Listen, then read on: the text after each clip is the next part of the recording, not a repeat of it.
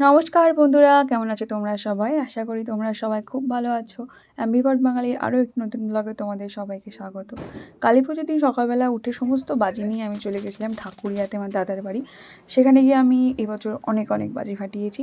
শুধু আমার বাজি ছিল না, আশেপাশে সমস্ত ফ্ল্যাটে সবাই যারা বাজি এনেছিল সবাই মিলে মোটামুটি আমরা 4 ঘন্টা একদম টানা ধোঁয়ার মধ্যে থেকেছি এবং বাজি ফাটিয়েছি। খুব বেশি মজা করেছি, তবে সব বাজি একবারে শেষ করিনি, কিছু বাজি রেখে দিয়েছি, পরে এসে ফাটাবো। তারপর সবাই মিলে আমরা চলে গেলাম বাইকে করে ঠাকুর দেখতে। এইগুলো আমার দাদা, বৌদি, ভাইপো, বোনপো সবাই মিলে আমরা গেছিলাম ঠাকুর দেখতে।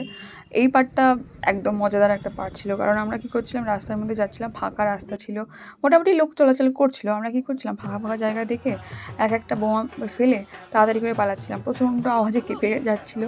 দুবার কী হয়েছে, ওই বোমাগুলো এসে আমাদের গায়ে এসে পড়েছে। যাই হোক, এবছর ট্রেন্ডিং কী বলতো, এই যে জ্যান্ত ভূত, প্রত্যেকটা জায়গায় দেখছি জ্যান্ত ভূত তৈরি করেছে এবং লোকজনকে খুব ভয় দেখানোর চেষ্টা করছে। ব্যাপারটা মজাদার, ঠিক আছে। তারপরে আমরা গেলাম, অনেকগুলো প্যান্ডেল দেখলাম। কালী পুজোতেও দেখছি প্যান্ডেলের খুব ভ্যারাইটিস এসেছে এবার। মা কালীকে কিন্তু সেরা দেখতে, তাই না? নীল রঙের কালী, কালো রঙের কালী, খুব খুব খুব সুন্দর দেখতে হয়। যাই হোক, এই প্যান্ডেলটা ছিল অ্যাক্রোপলিস মলের কাছাকাছি। ঢাকুরিয়া থেকে অ্যাক্রোপলিস মলটা খুব বেশি দূরে নয়। এই প্যান্ডেলের ঠাকুরটাও খুব সুন্দর ছিল, প্যান্ডেলটাও খুব সুন্দর ছিল, খুব সুন্দর হাতের কাজ ছিল। তারপর আমরা বাড়ি আসলাম, বাড়ি আসার পর আরও কিছু বাজি যেগুলো রেখে গেছিলাম সেগুলো সব ফাটালাম। এই যে দেখো আমার ভাগ্নে যে একটা রকেট ফাটানোর চেষ্টা করছে, এই সব বাজিগুলো আমি কিনেছি চম্পাহাটি থেকে, ঠিক আছে। তারপরে আমরা কী করলাম, যে ওই কতগুলো ফানুস আমরা কিনেছিলাম এবং আমরা প্ল্যান করেছিলাম যে প্রত্যেকটা ফানুস আমরা একসাথে ছাড়বো। 5টা ফানুস ছিল, আমরা 5 জন ছিলাম।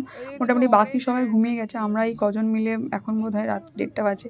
তো আমরা ছাদে এসেছি, বৌদি, আমি, একটা বোনপো, একটা ভাইপো, একটা দাদা, ঠিক আছে, এসেছি। আমরা ঠিক করেছিলাম 5টা ফানুস একসাথে ছাড়বো এবং প্রচণ্ড সুন্দর একটা ভিউ তৈরি হবে, আমরা ভিডিও করব। কিন্তু কিছুই না, দেখো ওই ফানুসটা উঠছে কিন্তু এই ফানুসটা নিচের দিকে যাচ্ছে। শুধু এই একা নয়, আরও কতগুলো ফানুস আছে যেগুলো তারা নিচের দিকে যাবে।